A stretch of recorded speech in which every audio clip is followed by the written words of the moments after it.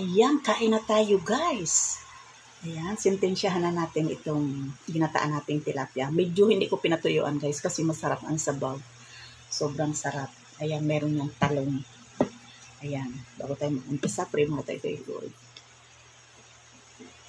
Lord, maraming salamat po sa lahat ng biyaya at pinakakalog niyo sa amin sa araw-araw. Ayan, gabayan niyo po lagi ang aking buong pamilya, ayan, at 10 ng aking mga followers, viewers, naway, lagi niyo po silang patnubayan. In God Jesus' name, kain na tayo guys, ayan, talong muna tayo. Ayan, dito muna tayo sa talong. Andito yung pamangkin kong engineer. So, may katunggali ako magkain ng gata. Ayan guys, ito ang pinaka-favorite kong himay-himayin. Ulo ng tilapia, lalo na pag ginataan siya. Ayan. Ito guys.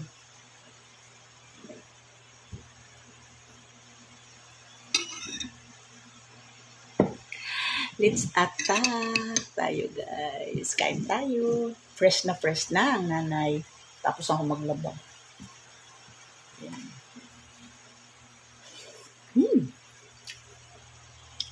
Yummy.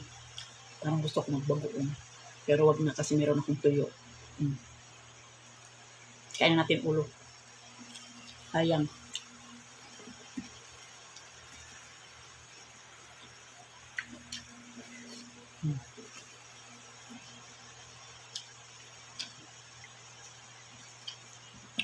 Satisfied na naman ang aking nito, kain.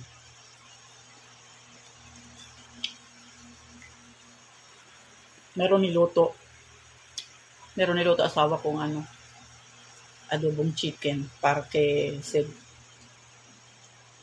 Kaya ako nagluto ako ng sarili kong ulam.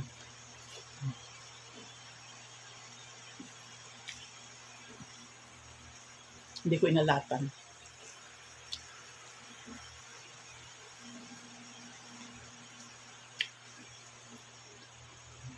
Yummy.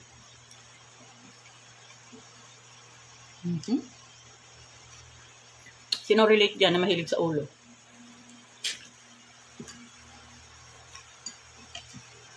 Favorite ko to guys, ulo.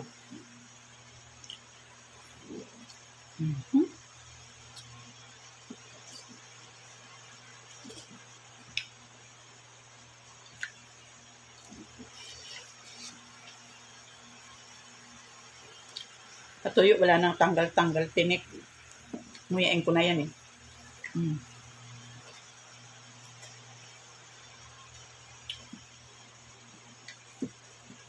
Wala ko sinasayang na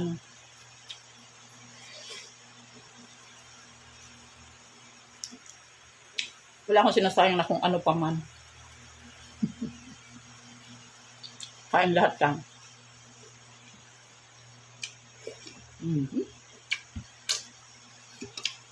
Sarap. Ito mga special na niluluto namin mga taga Bicol, mga gata. Ayan. Dami guys, ang dami.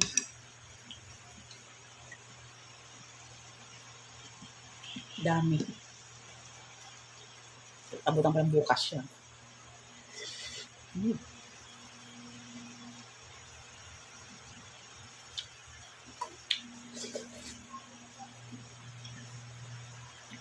Harap na sarap ako maghimay sa tinik ng guys, ng ulo ng isda. Tilapia man yan or tulingan, sarap.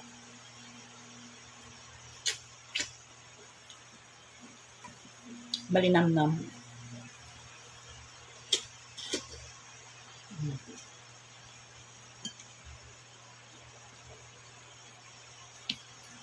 Guys. Sarap.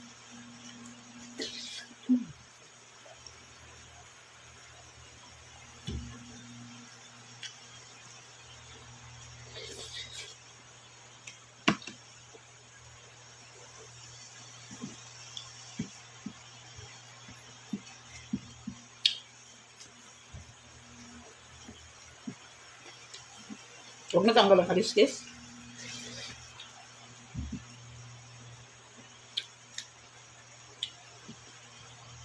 Yummy.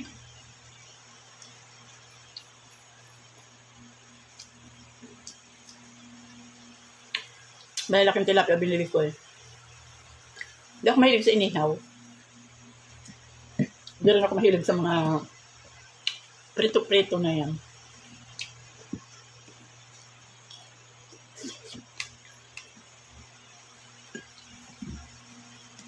May sabaw talaga gusto ko tsaka gata.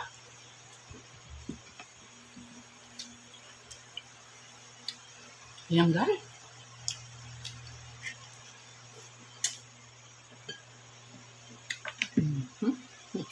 Binaliktad ko ng ulo.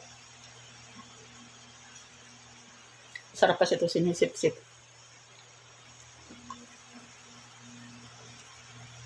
Okay guys, thank you for watching. Hindi ko na kayo sama ha.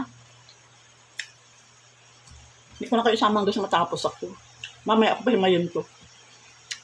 Thank you guys. Thank you for watching. God bless.